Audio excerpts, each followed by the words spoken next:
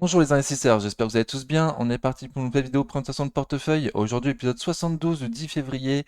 Et j'annonce tout de suite, je ne suis plus à mes plus hauts historiques. Avant de faire ça, on fait les recommandations d'usage. Je vous rappelle que je ne suis pas un professionnel ni un conseiller financier, mais un simple amateur qui cherche à partager sa passion. En aucun cas, je vous invite à répliquer les positions de portefeuille. Formez-vous et faites-vous vos propres convictions. Il y a beaucoup de choses gratuites sur Internet, donc il n'y a aucune raison de ne pas se former. Vous êtes seul responsable de vos investissements, du choix des positions et donc des plus-values et des moins-values qui vont avec. Hop. Alors on commence comme d'habitude par le compte titre. Et en haut, vous voyez donc les chiffres que j'ai fait depuis le début de l'année. Donc le CAC, dividende réinvesti, a fait plus 1,51% depuis le début de l'année. Et moi, j'en suis seulement à plus 0,18%. Donc en retrait par rapport à la dernière vidéo. Toujours en positif sur l'année, mais vraiment de très très très peu. Donc tout peut changer d'un jour à l'autre. Ok. Donc sur le compte titre, je n'ai que Total Energy qui perd 1,87% de dividendes réinvestis depuis le début de l'année.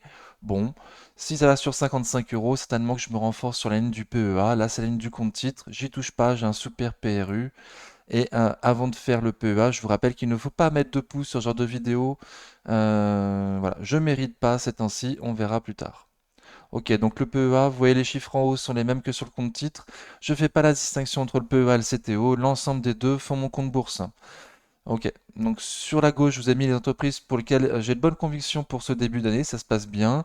Et sur la droite, celles pour lesquelles j'ai moins de convictions. Voilà, c'est pas exhaustif, hein, c'est pas tout. Il y en a d'autres, certainement. Voilà, je pouvais pas tout mettre non plus, hein. Ok, donc j'ai fait un move cette semaine. Peut-être que les plus assidus d'entre vous l'auront vu, ou ceux qui sont sur le Discord le savent déjà. Donc un move qui risque de faire des commentaires. Donc écoute-moi bien mon explication avant de faire un commentaire, s'il te plaît. J'ai une bonne excuse, même si c'était pas un super move, je te l'accorde. Je te l'accorde. Voilà. Donc cette semaine, qu'est-ce que j'ai fait? Aïe aïe. J'ai vendu LVMH, donc une magnifique société avec des magnifiques fondamentaux en tendance haussière de court terme là, à la sortie des chiffres. Donc c'est elle que j'ai vendue pour acheter ABC Arbitrage, entreprise très moyenne de dividendes en grande tendance baissière dernièrement. Donc oui, j'ai vendu une tendance haussière pour acheter une tendance baissière.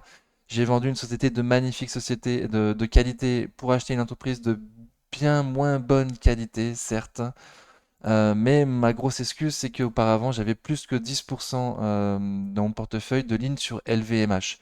Ça me plaisait pas, donc du coup, quand je suis passé au-dessus de mon PRU, j'ai vendu une action. Donc je me suis allégé d'une action pour passer en dessous des 10% par ligne. Voilà. Et je vous rappelle que dans mes vidéos d'analyse technique et vidéo du dimanche, j'avais dit pour tous ceux qui le souhaitaient qu'il y avait un stop court à acheter sur LVMH à la sortie des chiffres. On était au-dessus des M200 jours. Donc voilà, donc je l'ai bien vu. J'ai de grosses convictions pour LVMH pour les prochains mois, prochaines années. Mais voilà, j'avais plus que 10% sur cette ligne. Même si j'ai de belles convictions, j'ai aucune certitude. On n'a jamais de certitude. Donc si le lendemain ça rouvrait en grand gap baissier, qu'il y avait un nouveau 11 septembre ou je sais pas quoi, j'étais de nouveau coincé en moins-value avec une ligne qui représente plus que 10% de mon portefeuille, très peu de cash et donc très peu d'opportunités pour faire baisser mon PRU. Voilà. Donc j'en ai vendu une pour pouvoir être beaucoup plus à l'aise en cas de repli fort des indices non prévus à l'avance. Voilà. Donc prochain allègement, il y en aura un autre. Sur les 860 euros, certainement, ouais. Peut-être 880 si on y va, je vais voir. Mais dans cette zone-là, oui, en vendre encore une autre et me garder que deux actions LVMH, ce qui fera quand même 1500 euros investis sur LVMH. Ça restera ma première ligne dans le portefeuille. Peut-être pas en somme investie, mais en somme réelle en tout cas. Et ça me donnera plus d'opportunités le jour où il y a un crack, le jour où ça repasse en dessous de mon PRU, de pouvoir me renforcer et de faire continuer à faire baisser mon PRU. Ok, mais je te l'accorde, c'était pas un super mouvement, hein. Dans- J'aurais pu sortir mon cash du livret de développement durable qui gagne seulement de 3% pour renforcer ABC Arbitrage qui m'en fait gagner 6-7 sans avoir à toucher LVMH.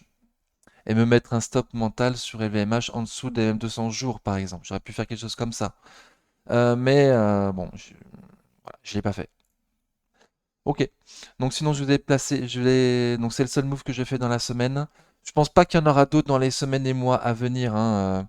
Encore une fois, j'ai très peu de cash, donc je ne souhaite pas acheter des prix de moyen terme, alors que j'ai pas assez de cash pour, si demain on va à des prix de long terme, donc très très bas, ne pas avoir l'occasion d'en acheter, quoi.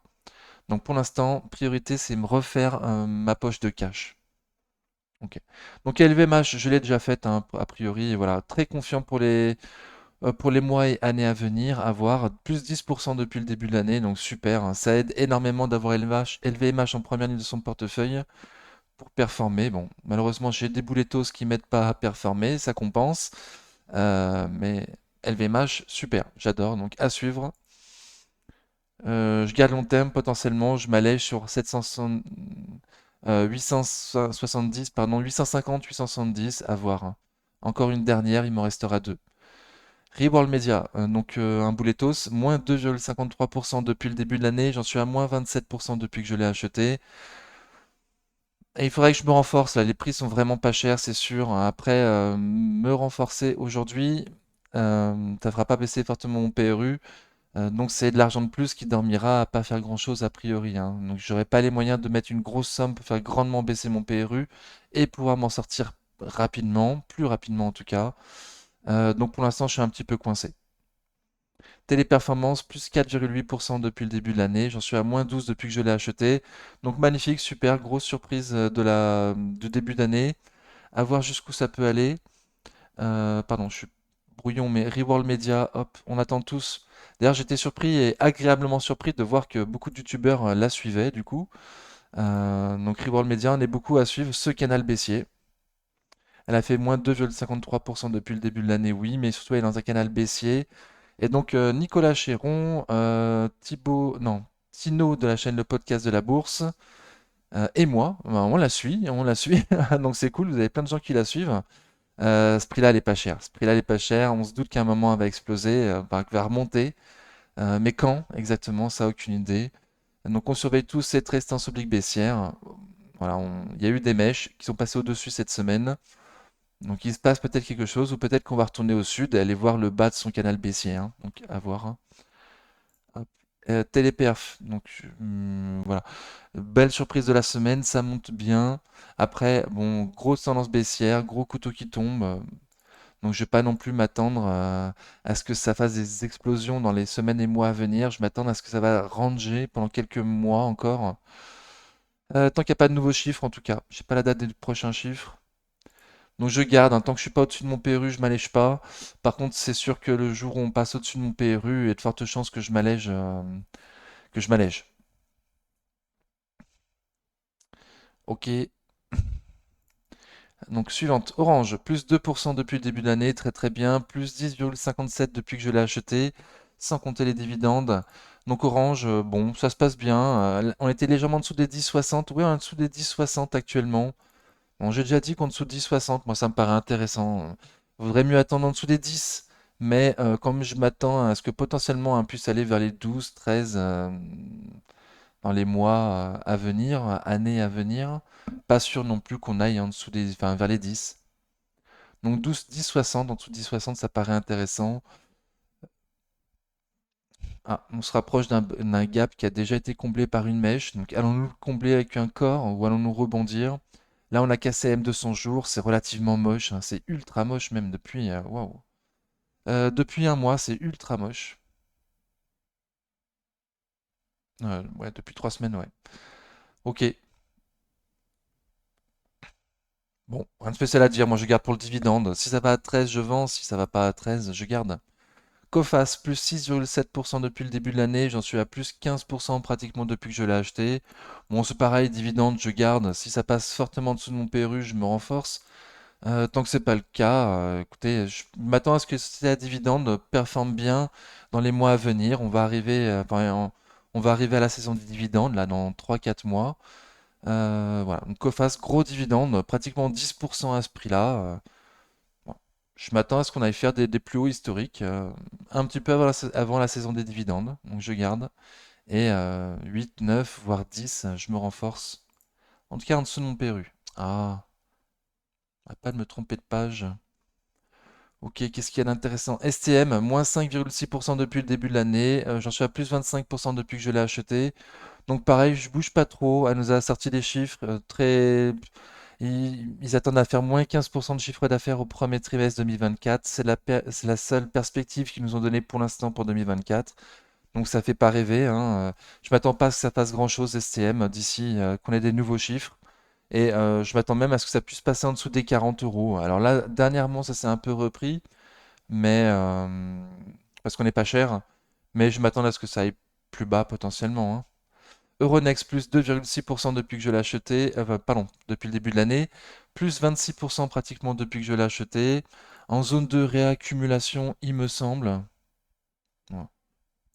Donc sous une résistance, pour moi c'est une zone de réaccumulation. On attend les chiffres pour être assuré et pour passer cette zone avec force et volume.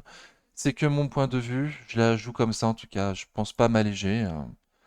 Magnifique société, j'en ai pas énorme, j'en ai pour 1000 euros pile. Donc bon. GTT plus 8% depuis le début de l'année, j'en suis à plus 28% depuis que je l'ai acheté. Alors petite conso dernièrement, ouais, on a été tester les plus hauts historiques. On a fait les plus hauts historiques, on a fait des nouveaux plus hauts historiques pardon sur GTT. Hop. Donc dividendes réinvestis, on a fait des plus hauts historiques.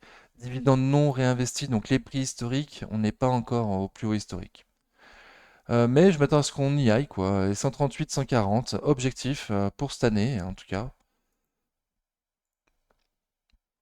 Zone de réaccumulation, oui, toujours, toujours. Bon, graphiquement, ça le marque pas trop, hein. C'est moi qui dis ça, c'est pas non plus.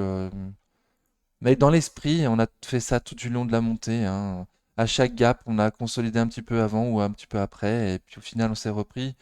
Imaginons que ça redescende sur les 125, voilà, ça voudrait trop rien dire pour après repartir, quoi. Donc très confiant sur Kering, sur GTT, pardon. Tant mieux, tant mieux. Ruby, plus 2,49 depuis le début de l'année, moins 2,7 depuis que je l'ai acheté. Société à dividende, j'en ai pas trop et je compte pas me renforcer. Société assez fragile. Voilà.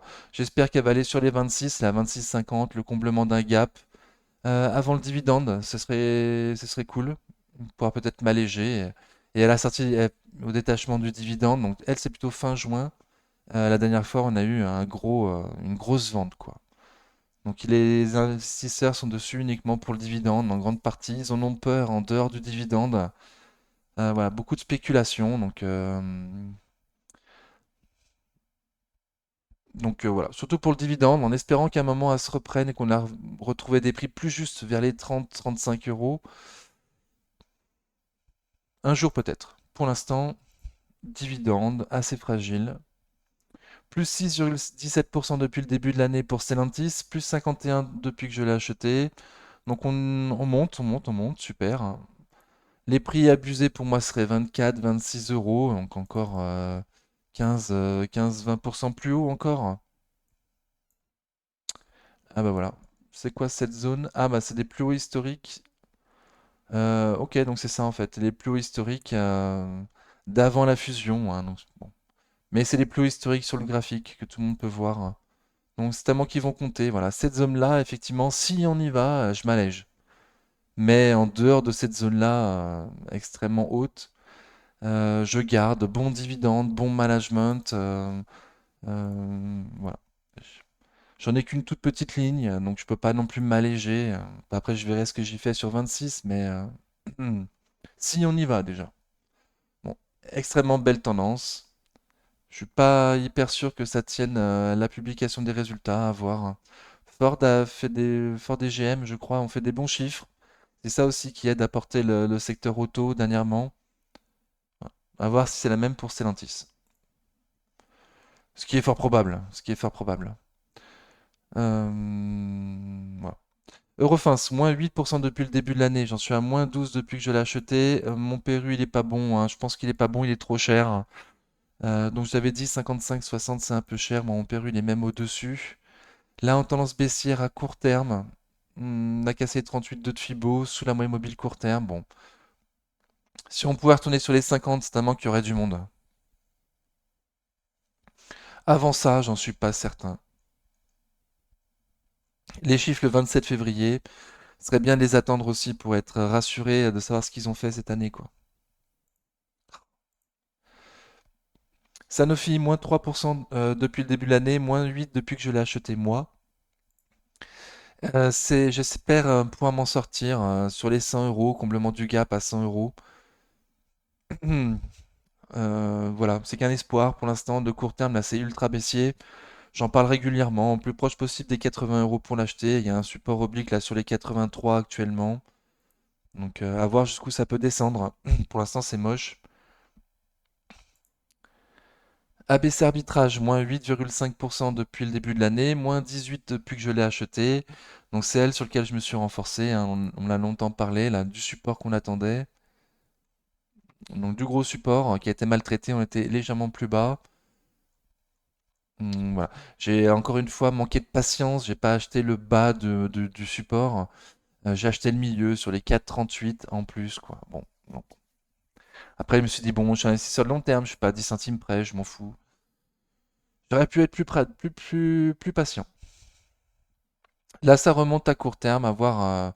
Je m'attends pas à grand-chose avant les chiffres, hein, le 26 mars. Voir ce qu'ils ont fait et savoir être assuré sur le dividende, surtout société à dividende. On veut savoir le montant du dividende, quoi. 25, 30, 35 centimes, bon, à voir. Moi, je mise sur 30, mais ça va à 20, 25. Je ne suis pas non plus hyper surpris. Si c'est le cas, je pense que le cours va chuter fortement, hein. Bon, pour l'instant, on ne sait pas. Moi, je sais pas en tout cas. Crédit Agricole, moins 5% depuis le début de l'année. J'en suis à plus 30 depuis que je l'ai pratiquement. Donc les bancaires vont pas bien ces temps-ci. J'en ai parlé dans ma vidéo. Live, on surveille quoi la semaine prochaine pour du long terme parce que les trois bancaires ont sous-performé cette semaine, hein. Donc à surveiller. Pour moi, c'est à surveiller. Pour moi, je vais donner les prix là, potentiellement sur les 12 euros, le support sur le Crédit Agricole si ça y va. Voilà, il me semble que moi, c'est une opportunité si on y va. Je suis assez confiant sur les bancaires. Amundi, moins 2,92% depuis que je l'ai acheté, depuis le début de l'année, pardon. Plus 5 depuis que je l'ai pratiquement. Hop. Alors elle, je la surveille fortement parce que on est dans un support. Mais s'il pouvait casser et si on pouvait aller chercher M200 jours, moi mon PRU il est à 57 et quelques. Donc si on pouvait aller sur M200 jours, passer légèrement en dessous de mon PRU, c'est tellement que je me renforcerais vers ces prix-là. Voilà, une dernière louchette avant que ça parte, avant la saison des dividendes. Voilà, mettre à mon profit la conso là, qui commence sur Amundi. Bon, en espérant que ça passe en dessous de mon PRU. Moi, je vise les mêmes 200 jours parce que mon PRU, il est juste au-dessus, quoi. J'ai pas envie de me renforcer pour faire monter mon PRU. Ça m'intéresse pas pour l'instant. Voilà, donc je vais espérer que ça casse le support plus le gap à combler, que ça aille légèrement plus bas. Si c'est pas le cas et que ça repart, bah, je serai déjà dessus, quoi. Voilà, je pense à ça ces temps-ci, en tout cas, je vous l'ai dit. À m'enfoncer sur Amundi, si ça passe en dessous de mon PRU. Société Générale, moins 9,43% depuis le début de l'année, moins 13 depuis que je l'ai acheté.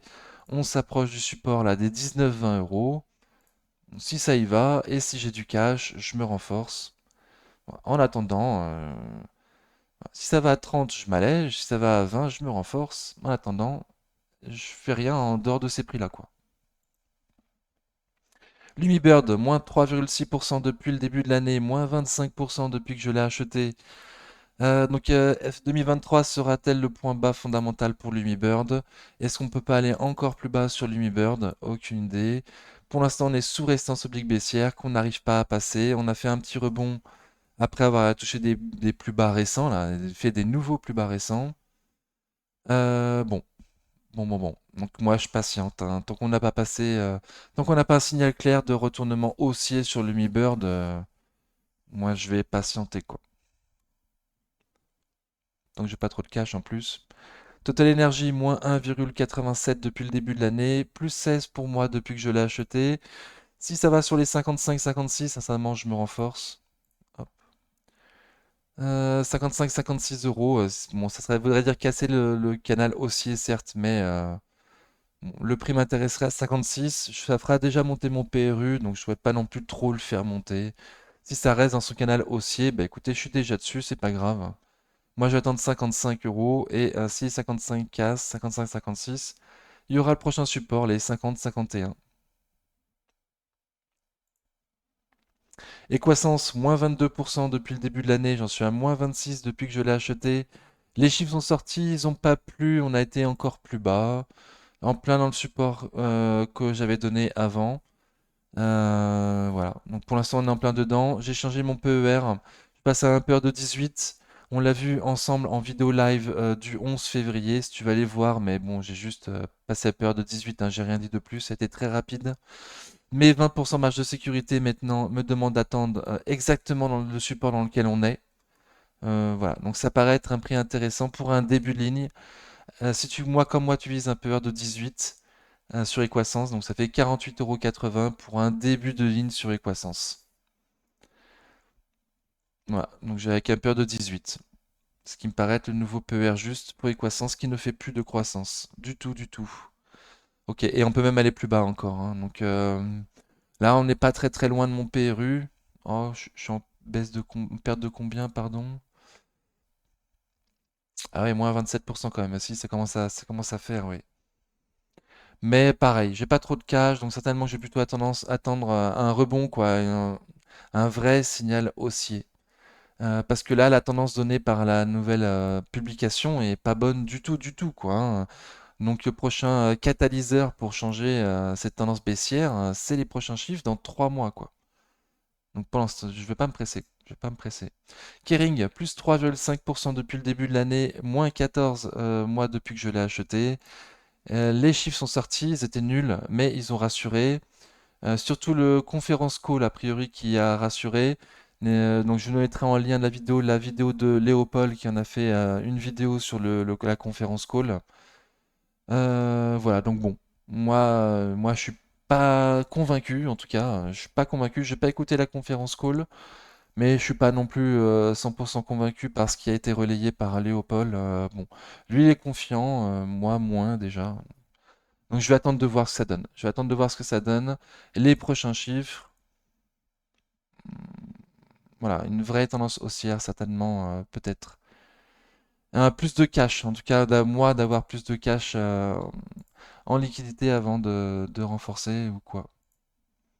Et Métropole TV, moins 5,6% depuis le début de l'année, moins 16 depuis que je l'ai acheté, toute petite ligne. Je l'attends surtout sur les 11-10. Métropole, pour l'instant là, je veux pas la vendre parce que sinon je la vois plus. Mais j'attends sur les 11-10, quoi. Donc dernièrement, on était à 11,30 là, le plus bas. Si on pouvait faire un Excel vers les 10-11 comme en octobre 2022, ce serait super. Ok, donc en tout cas, j'attends beaucoup plus bas. J'attends beaucoup plus bas avec une toute petite ligne. Ok, donc on a fini les portefeuilles, du coup on passe au fichier Excel et on a fait les analyses techniques en même temps, hein, c'était rapidos, hein. Donc le fichier Excel que vous voyez toutes les semaines, donc là sur la droite toutes les semaines je marque où j'en suis par rapport au début de l'année, donc comme ça on voit l'historique de où j'en suis. Voilà, 70 € de gain sur la semaine, vous ça vous change pas grand-chose. La dernière fois qu'on s'était vu, j'étais à plus 1,02% depuis le début de l'année. Donc c'est mes plus hauts de l'année pour l'instant, c'est mes plus hauts de l'année, la dernière vidéo. Et là, je suis repassé vite fait d'un chouïa au-dessus de zéro depuis le début de l'année. Donc c'est compliqué, c'est compliqué. Voilà, donc je me compare par rapport à trois indices. Vous voyez ici ma perf depuis le début de l'année, donc 40,71 €, 0,18%, c'est ce que je marque sur les vidéos, enfin sur les slides des portefeuilles. Je me compare par rapport à trois indices. Le CAC sans dividende qui fait plus 1,38, donc il est loin. Le CAC dividende réinvesti, le CAC GR à plus 1,51. Et le CAC Mid Small qui fait seulement plus 0,49. Donc je suis plus proche du CAC Mid Small, mais il me bat quand même. Et je suis toujours en négatif depuis que j'ai commencé la bourse, hein. Depuis août 2023, je suis passé en négatif. Merci Athos et compagnie. Donc je vais essayer enfin, je vais espérer m'en sortir d'ici la fin de l'année, quoi, hein. Là, ça devient embêtant fortement. Ok. Ma liquidité donc a un petit peu augmenté suite à la vente de LVMH, 600 € de liquidité. J'aurais pas acheté ABC Arbitrage, mais ne serais pas renforcé sur ABC Arbitrage, j'en aurais eu plus, certes. Mais on était sur un point vraiment très très bas, quoi. Bon, c'est comme ça. Donc 3 300 € de cash, 13% du portefeuille en cash. Je voudrais plutôt 20. Voilà. J'ai pas changé ma liste de courses. Ah si, ABC arbitrage, du coup, je vous avais dit que je voulais mettre un gros paquet là sur le support le plus bas, mais que j'avais des doutes. Donc du coup, j'ai coupé la ligne en deux. J'ai pris que 250 € d'ABC arbitrage. J'ai renforcé seulement 250 € ABC arbitrage au lieu de 500 € prévus. Et je me laisse du coup les dernières tranches de 250 € pour après la sortie de chiffre annuel et savoir à combien sera le dividende. Donc on va voir. La feuille par rendement, donc c'est là où je classe mes sociétés par rendement du dividende. Ok, bon. Ici, je marque quand et pourquoi j'achète une société. Je souhaite avoir 50% de sociétés en stratégie dividende et 50% en stratégie SPQ croissance. Bon, pour l'instant, je suis 1300 € retard sur ma stratégie SPQ croissance. Voilà. C'est pas trop grave, c'est en construction, quoi. Voici le graphe de mes portefeuilles, du coup, compte titre plus PEA inclus, tout en un, des sommes investies. Donc j'ai bien LVMH qui est passé en dessous des 10%, donc très très bien, très très bien. Voilà, sinon je suis pas hyper content de mes 5 premières lignes de mon portefeuille, hein. Je préférais y voir des noms de bien meilleure qualité, hein, Air Liquide, L'Oréal, Airbus. Bon. Donc j'ai fait l'effort cette année pour LVMH. Je fais un gros effort cette année, enfin en 2023 pour LVMH, pour la mettre en première ligne de mon portefeuille. Même si j'ai pas commencé forcément au meilleur prix possible. Voilà, ça porte déjà ses fruits cette année, hein. Grâce à elle, je suis en positif. Donc c'est pas mal. À poursuivre pour les autres, hein, les L'Oréal, les Pernod Ricard, les Schneider. C'est ça que je veux dans mes premières lignées, pas Reworld, Teleperf, Orange, Coface. Donc voici le graphe par rapport aux sommes mises à jour à vendredi. Donc toujours aucune ligne qui dépasse 10% du portefeuille, donc très très bien. Total Energy qui est en deuxième ligne de mon portefeuille, hein. La ligne sur le compte titre, j'ai plus 100% pratiquement de plus-value, donc ça aide fortement. Et les autres sont toujours là, pas très très loin. Ok. Sinon rien de spécial à dire, hein. Ah si, je vous ai rajouté ma liquidité, mon épargne de précaution, que je devrais pas prendre en compte pour la bourse, mais tant que j'ai pas 20% de liquidité, je vais le prendre en compte fortement, forcément. Ok. Le graphe par secteur maintenant, donc c'est les sommes investies par secteur, investies par secteur. Donc toujours pareil, hein, pour ceux qui suivent, voilà, service de communication et financier, je suis un peu trop dessus. Faudrait que je renforce sur tous les autres secteurs et pas trop ces deux-là.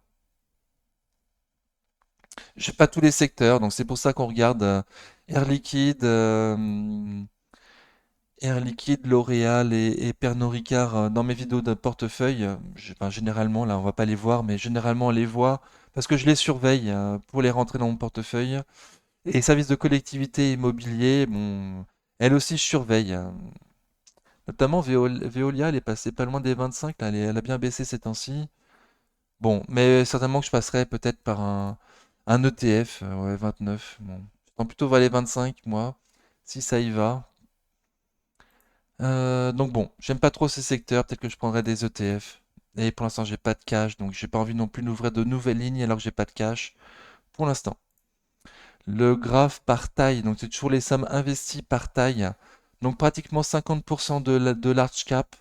Au début de l'année 2023, j'avais 50% de small cap. Donc j'ai fait la bascule en 2023, parfois dans la douleur.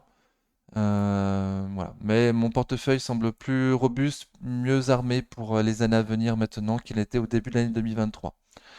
Ok, donc on se remet un petit coup de portefeuille, puis c'est la fin. C'était court, j'espère. J'espère que ça vous a convenu quand même. En attendant la prochaine vidéo, prenez soin de vous. Allez, ciao!